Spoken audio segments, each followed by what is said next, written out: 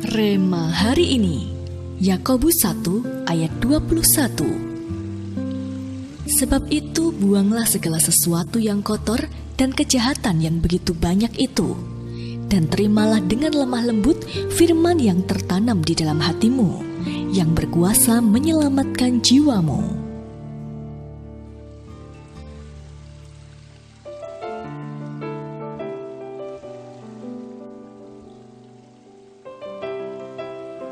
Jika kita perhatikan, kita cukup sering melihat tanaman-tanaman liar tumbuh di mana saja, seperti di halaman dalam pot bunga, di pinggir parit, bahkan tembok luar rumah kita. Tanaman-tanaman itu tumbuh begitu saja, tanpa kita pernah tahu tanaman apa yang akan muncul dan kapan benih itu jatuh di sana.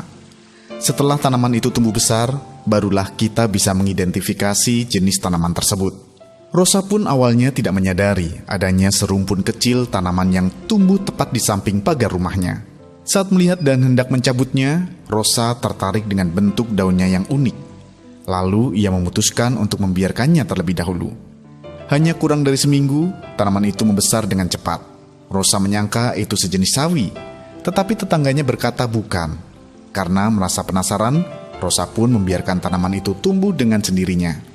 Bunga kuning dengan sulur-sulur panjang bermunculan seiring tanaman itu bertambah besar dan tinggi. Ketika Rosa merasa sudah terlalu rimbun dan hendak mencabutnya, ternyata akarnya sudah menjebol tepi pagar dan membuat temboknya retak. Diperlukan usaha dan tenaga yang tidak sedikit sampai tanaman itu berhasil dicabut dan dibersihkan. Seperti tanaman pengganggu dan semak belukar yang tumbuh tanpa diundang, begitu pula dengan godaan dari si iblis yang senantiasa ada di sekitar kita. Baik itu melalui uang, jabatan, kenyamanan, kenikmatan duniawi, dan masih banyak lagi.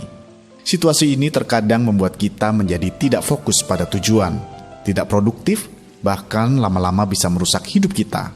Padahal, seperti semak duri yang berkompetisi, bersaing, dan merebut nutrisi tanaman yang sengaja ditanam supaya berbuah, bermacam godaan ini pun membuat hidup kita tidak bisa berbuah lebat. Karena itulah, jangan ragu ataupun menunda jika melihat tanda-tanda penghambat pertumbuhan rohani kita mulai muncul. Segera cabut dan singkirkan dengan mengurangi hal-hal yang tidak perlu dan tidak berguna. Maka hidup kita akan berbuah lebih lebat bagi kerajaan surga. Apakah yang merupakan tanaman pengganggu dan semak belukar dalam hidup Anda? Bagaimana hal-hal yang Anda sebut di atas menghalangi hidup Anda untuk berbuah lebat? Apa komitmen yang Anda buat untuk menyingkirkan tanaman pengganggu dan semak belukar tersebut?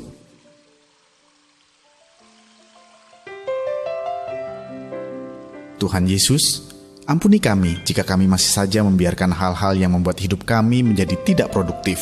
Tolong kami Tuhan untuk menyingkirkan semua yang mengganggu dan menghalangi pertumbuhan kami, sehingga hidup kami memberikan buah yang lebat untuk kerajaan-Mu. Terima kasih Tuhan, di dalam nama Tuhan Yesus kami berdoa. Amin. Supaya berbuah lebat, semua tanaman pengganggu dan semak belukar harus disingkirkan.